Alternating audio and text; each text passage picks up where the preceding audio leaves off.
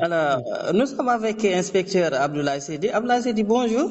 Oui, bonjour, monsieur. Aujourd'hui, c'est l'anniversaire du rappel à Dieu de Léopold Sédar Senghor. Pouvez-vous revenir sur l'œuvre de Léopold Sédar Senghor pour ceux qui ne le connaissent pas en tant que Senghor? Est-ce que vous pouvez revenir un peu sur la vie et l'œuvre de Léopold Sédar Senghor? Oui, parler de Senghor, c'est à la fois facile et difficile parce que l'homme est né en 1906 au niveau de Joal officiellement, même si certains disent qu'il est né le 15 août 1906 au niveau de Djilor. Donc Senghor a été déclaré tardivement, ce qui a fait qu'on a retenu la date du 9 octobre 1906 au niveau de Joal. Donc Senghor a été jeune, il a étudié au séminaire de Ngazobil, à Joal, aussi il a été à Dakar, où quand même il a été, à un moment donné, ses parents voulaient vraiment prêtre. Mais malheureusement, avec son comportement, il n'était pas quelqu'un d'obéissant, surtout quand les Révolutionnaire. voilà, sont révolutionnaires. Donc déjà au lycée, le prêtre et les enseignants disaient que les Noirs n'avaient pas de culture, n'avaient pas de civilisation, et Senghor qui était comme le délégué, comme le porte-parole des élèves. Il était un peu un esprit rebelle.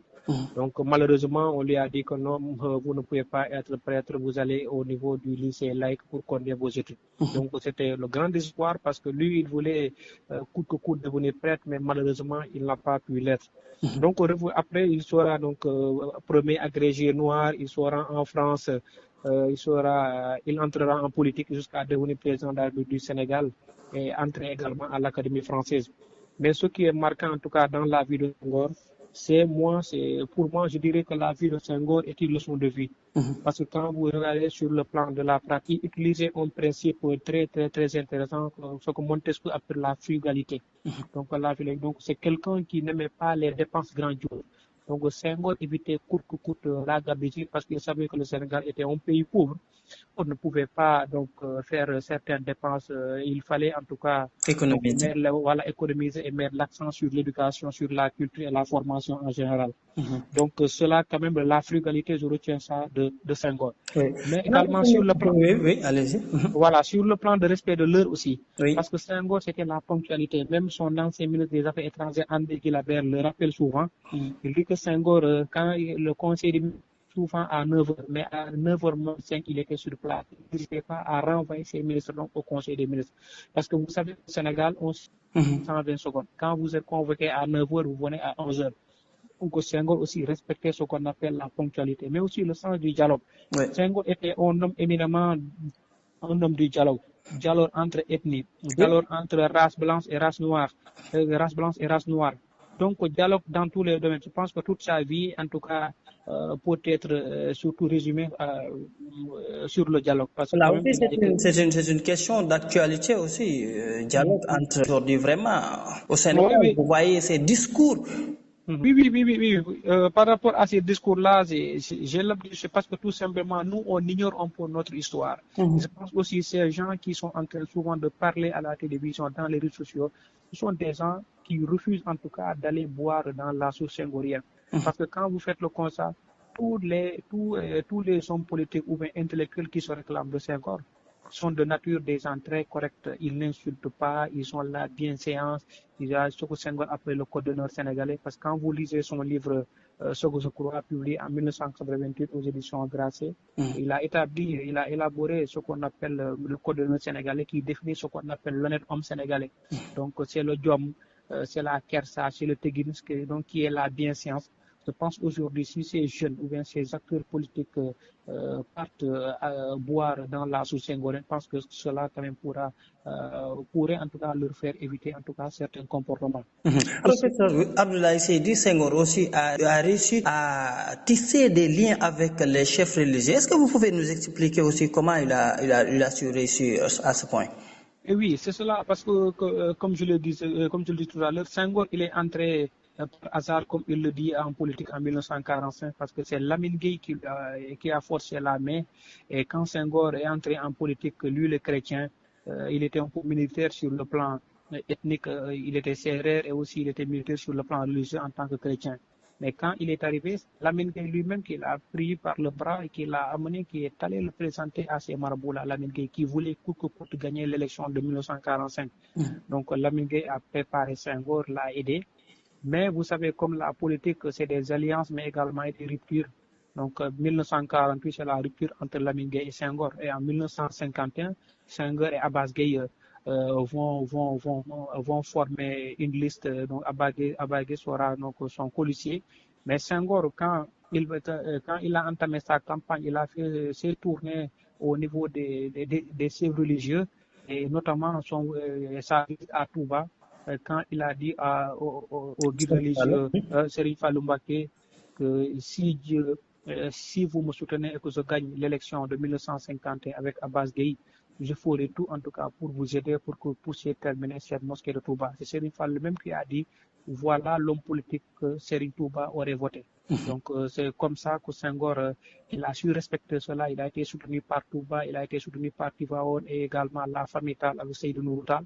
Je pense que c'est quelqu'un qui a compris que on ne pouvait pas bâtir ce pays-là en laissant de côté ces marabouts-là et tout cela. Je pense que durant tout son règne de 1960 à 1981, de 1000 à 1980, donc il a essayé en tout cas de travailler avec les marabouts. Et même quand il a quitté le pouvoir, il a fait encore une autre tournée pour dire à ces hommes religieux qui l'avaient soutenu pourquoi il a laissé le pouvoir et pourquoi il a donné le pouvoir au président Abdou Diouf. Je pense que tout cela, c'est quelqu'un quand même qui a compris cela. On ne peut pas bâtir ce pays-là en mettant de côté les marabouts.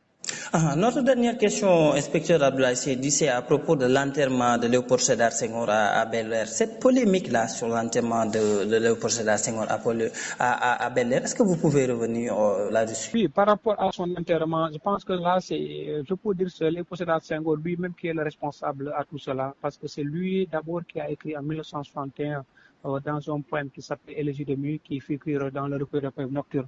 C'est lui qui a écrit qu'il souhaiterait, après sa mort, être inhumé à Joal, près de son père.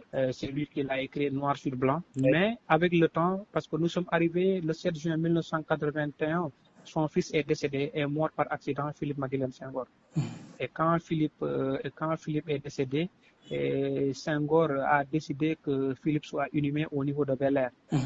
Et ce même Senghor qui avait dit en 1961 qu'il souhaitait être inhumé à Joal, en 1988, face au journaliste Jacques Chancel de France Inter, ce même Senghor a dit qu'il souhaite maintenant être inhumé au niveau du cimetière de Bel-Air auprès de son fils. Donc, vous voyez encore, donc il a changé. Et aussi en août 1992, il a réécrit une lettre qu'il a donnée au cardinal Yassine Tchandoum, où aussi il réitère son souhait-là d'être inhumé au niveau du cimetière de Bel-Air à Dakar.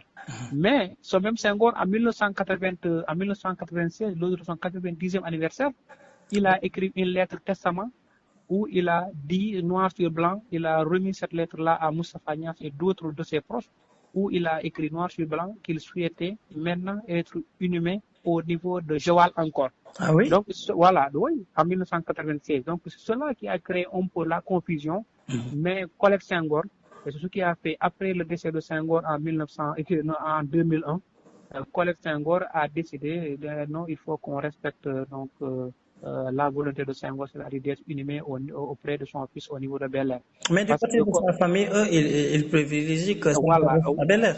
Voilà, c'est ça. Mais pour un peu préciser par rapport à Colette, Oui. parce que Colette, comme elle était un peu vieillissante, elle a même dit quelque part que, bon, ça, inhumer Senghor, ça va me faciliter la chose parce que je ne pourrais pas aller souvent à Joal, c'est un peu éloigné, mais si c'est à Dakar, ce sera facile pour moi. Mais après mon décès, que ce soit Senghor, que ce soit Philippe et moi-même, nous tous, on pourra en tout cas nous amener au niveau de Joal pour être inhumés là-bas parce que Senghor avait déjà construit là-bas un caveau familial. Mais actuellement, le problème c'est quoi? Parce qu'il était décidé que ce 19 décembre, que les cendres de Senghor et de sa famille allaient être transférées au niveau de Joal. Oui. Mais la famille maternelle de Senghor a refusé parce que tout simplement cette famille-là se dit que Senghor n'est pas né à Joal, Senghor est né à Djilor. Donc si Senghor doit être inhumé, ce n'est pas à Joal mais c'est à Djilor. Oui. Donc là, pour des questions d'équité et tout ça, donc la famille maternelle de Senghor préfère que Senghor et son épouse et son fils restent au niveau de Bel-Air pour éviter en tout cas tout problème. Actuellement, c'est cela le problème. Et moi, en résumé, je peux dire que si tout cela est arrivé, c'est la responsabilité du président Senghor parce que c'est lui qui a varié entre de 1961 en 1996, quand même, il a varié dans ses propos et ce qui a aujourd'hui créé tout ce problème sur l'inhumation de sa famille. Inspecteur Abdoulaye Seydi, je vous remercie. Ok, je vous en prie et je salue tout le monde. Merci.